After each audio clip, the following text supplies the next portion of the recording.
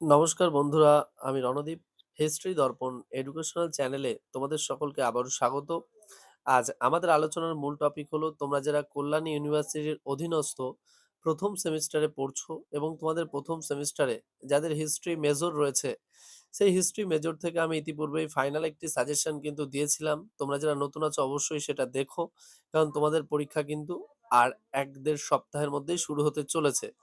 অর্থাৎ এই মার্চ মাসের লাস্ট উইকে কিন্তু তোমাদের পরীক্ষা সম্পূর্ণ হয়ে যাবে এবং লাস্ট উইকেই কিন্তু তোমাদের পরীক্ষাটাও শুরু হবে। আর এই প্রসঙ্গে বলি যে আমি পূর্বেও একটা ফাইনাল সাজেশন দিয়েছিলাম। তোমরা অনেকেই বলছো দাদা পরীক্ষার আগে প্লিজ লাস্ট মিনিট একটা সাজেশন দাও, তাই তাদের কথা মাথায় রেখে এবং তোমরা যারা চ্যানেলে নতুন আছো তাদের কথা মাথায় রেখে, আর তুমি যদি চ্যানেলে নতুন হও অবশ্যই চ্যানেলটিকে সাবস্ক্রাইব করে নোটিফিকেশন অন করে রেখো এবং বন্ধু বান্ধবদের মাঝেও কিন্তু শেয়ার করতে একদম ভুলো না। আর কয়েকদিন আগেই তোমরা জানো যে ৩য় সেমিস্টার এবং ৫ম সেমিস্টারের পরীক্ষা সম্পূর্ণ হয়েছে এবং সেখানে কিন্তু হিস্ট্রি মেজর, তার পাশাপাশি হিস্ট্রি মাইনর, বেঙ্গলি মাইনর এবং রাষ্ট্রবিজ্ঞান মাইনরে কিন্তু হুবহু প্রশ্ন সকলে কমন পেয়েছে। এর পাশাপাশি হিস্ট্রি এসিসি যেটা 3rd সেমিস্টারে ছিল। তা তোমাদেরও কারো যদি এই সংক্রান্ত কোনো পিডিএফ প্রয়োজন হয় প্রথম সেমিস্টারে, অবশ্যই তোমরা স্ক্রিনে দেওয়া নম্বর অথবা ডেসক্রিপশনে দেওয়া নম্বরের মাধ্যমে কিন্তু যোগাযোগ করতে পারে। তাহলে চলো শুরু করা যাক আজকে তোমাদের লাস্ট মিনিট সাজেশন এবং মোস্ট ইম্পর্টেন্ট এবং হুবহু প্রশ্ন কিন্তু পরীক্ষায় তোমরা পেয়ে যাবে। আর যারা পিডিএফ এখনো সংগ্রহ করনি, ভাবছো কিভাবে করব, তারা স্ক্রিনে দেওয়া নম্বরের মাধ্যমে অবশ্যই যোগাযোগ করে নিও। চলো তাহলে শুরু করা যাক আজকের গুরুত্বপূর্ণ হিস্ট্রি মেজর প্রথম সেমিস্টার কল্যাণ ইউনিভার্সিটির প্রশ্নগুলি।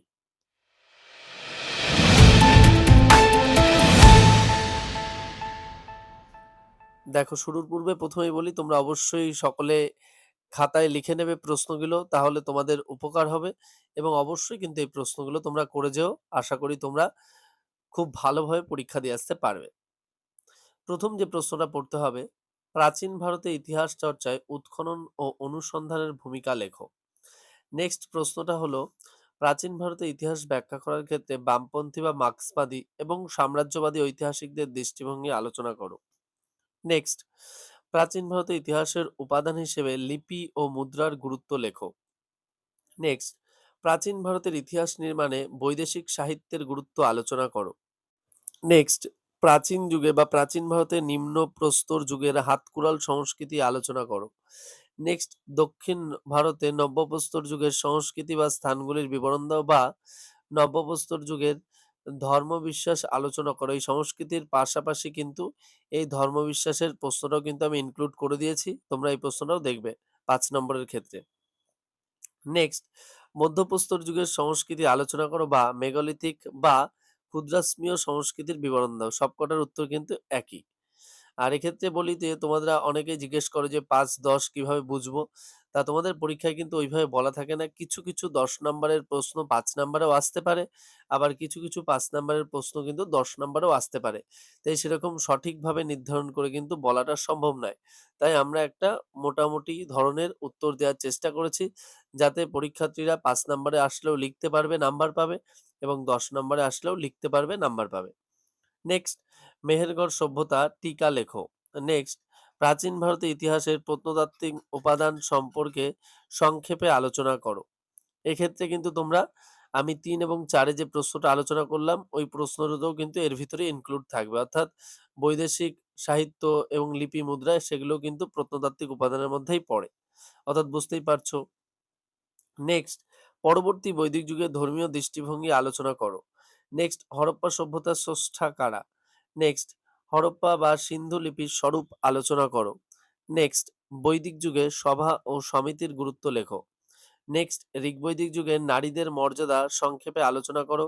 এর পাশাপাশি ঋগ্বৈদিক যুগের ধর্মীয় দৃষ্টিভঙ্গি আলোচনা করো। মেসোপটেমিয়া ও সিন্ধুর বাণিজ্যিক সম্পর্ক সম্পর্কে আলোচনা করো। নেক্সট, বৈদিক সভ্যতার অর্থনৈতিক ও রাজনৈতিক জীবন সম্পর্কে আলোচনা করো। নেক্সট, সিন্ধু সভ্যতার সামাজিক, অর্থনৈতিক, ধর্মীয় ও রাজনৈতিক জীবন সম্পর্কে আলোচনা করো। নেক্সট, ঋগ্বৈদিক জনগণকে কৃষক সম্প্রদায় রূপে অভিহিত করা যায় কি? তোমার উত্তরের সপক্ষে যুক্তি দাও। দেখো এক্ষেত্রে কিন্তু প্রশ্নগুলো বিভিন্নভাবে ঘুরিয়ে আসতে পারে। খুব বুদ্ধিদীপ্তভাবে প্রশ্নগুলো ভালো করে পড়বে, তারপর কিন্তু উত্তরগুলো তোমরা করবে। সেভাবেই কিন্তু আমরা পিডিএফে দেওয়ার চেষ্টা করেছি। নেক্সট, সিন্ধু সভ্যতার আবিষ্কার ও ভৌগোলিক কালসীমা নির্ণয় করো। নেক্সট, বৌদ্ধ ধর্মের উত্থান ও বাণী বা জৈন ধর্মের উত্থানে মহাবীরের ভূমিকা আলোচনা করো। নেক্সট, বৌদ্ধ ধর্ম ও জৈন ধর্মের মধ্যে বৈসাদৃশ্য আলোচনা করো। নেক্সট, খ্রিস্টপূর্ব ষষ্ঠ শতকে ভারতের রাজনৈতিক কাঠামো বা ষোড়শ মহাজন পদ সম্পর্কে টিকা লেখো। নেক্সট, খ্রিস্টপূর্ব ষষ্ঠ শতকে নব্য ধর্ম আন্দোলন সম্পর্কে লেখো। নেক্সট, মগধের উত্থানে বিম্বিসারের ভূমিকা সম্পর্কে আলোচনা করো। নেক্সট, মগধের উত্থানে অজাতশত্রুর ভূমিকা লেখো। নেক্সট, প্রাচীন প্রস্তর যুগ এবং নব্যপ্রস্তর যুগের মধ্যে পার্থক্য আলোচনা করো। তো এক্ষেত্রে কিন্তু তোমাদের আলাদাভাবে আরেকটা প্রশ্ন আমি পূর্বে আলোচনা করলাম যে নব্যপ্রস্তর যুগীয় বিপ্লব বলতে কি বোঝো বা টিকা লেখো। সেটাও কিন্তু এই প্রশ্নটা করলেই কিন্তু হয়ে যাবে। একটা প্রশ্ন করলে তোমাদের উঠে আসবে ২ টো প্রশ্ন। নেক্সট, ৪ টি বেদের মূল বিষয়বস্তু আলোচনা করো।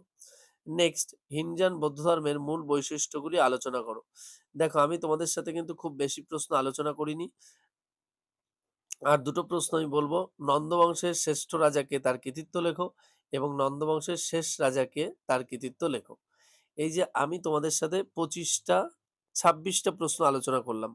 এই ২৬ টা প্রশ্ন তোমরা যদি ইতিহাস মেজরে খুব ভালোভাবে প্রিপারেশন নিয়ে যাও, আর পিডিএফ সংগ্রহ করলে তো কোনো কথাই নেই। সেখান থেকে তোমরা সবই পেয়ে যাচ্ছ। তাহলে কিন্তু তোমরা পরীক্ষাটা খুব ভালোভাবে দিয়ে আসতে পারবে ১ম সেমিস্টার কল্যাণ ইউনিভার্সিটি। আর আমি তোমাদেরকে ভরসা দিচ্ছি, যেভাবে ঠিক ৩য় সেমিস্টার এবং ৫ম সেমিস্টারে দিয়েছিলাম, এর বাইরে কোনো প্রশ্ন থাকবে না, যা থাকবে এর মধ্যে থেকেই। আর তোমরা যদি চ্যানেলে নতুন হয়ে থাকো, অবশ্যই চ্যানেলটিকে সাবস্ক্রাইব করে নোটিফিকেশন অন করে রেখো এবং বন্ধু-বান্ধবদের মাঝেও কিন্তু শেয়ার করতে একদম ভুলো না। দেখো, তোমাদের পরীক্ষা প্রায় দোরগোড়ায় চলে এসছে। এজন্য আমি ভাবলাম আর দেরি করা ঠিক হবে না। এজন্যই কিন্তু আমি তোমাদের ঠিক লাস্ট মিনিট সাজেশনটা দিয়েই দিলাম। আর তোমরা অবশ্যই কিন্তু সকলে এই লাস্ট মিনিট সাজেশনটা দেখে যেও। কেউ কিন্তু মিস করো না। আর তোমাদের যদি কোনো কোয়েরি থাকে, অবশ্যই তোমরা কমেন্ট বক্সে কমেন্ট করে জানাতে পারো। আর যারা বেঙ্গলি মাইনর এবং রাষ্ট্রবিজ্ঞান মাইনরের জন্য ভাবছো কি করবে, তাদেরকেও বলে দিচ্ছি একদম অল্প পরিমাণ প্রশ্ন আছে 100% কমন সহ। মাত্র ২১ টা এবং ১৯ টা প্রশ্ন আছে। এত স্বল্প পরিমাণ প্রশ্ন কিন্তু আর কোথাও পাবে না তোমরা। একদম 100% কমন সহ। আমরা 80% বা 95% বলি না, আমরা 100% ই বলি। কারণ আমরা 100% ই দিয়ে থাকি। তার বাইরে কোনো প্রশ্ন আসে না। তাহলে বুঝতেই পারছো। আর অবশ্যই কিন্তু তোমরা এই ভিডিওটা সম্পূর্ণ দেখে প্রশ্নগুলো খাতায় লিখে প্রিপারেশন নিয়েই যেও। আশা করি সকলের পরীক্ষা ভালো হবে। আর অবশ্যই সকলে এক্সামের পর এসে কিন্তু জানাতে ভুলবে না। চলো, দেখা হচ্ছে পরবর্তী ভিডিওতে। সকলে ভালো থাকবে, সুস্থ থাকবে। ভিডিওটি সম্পূর্ণ দেখার জন্য তোমাদের সকলকে অসংখ্য ধন্যবাদ।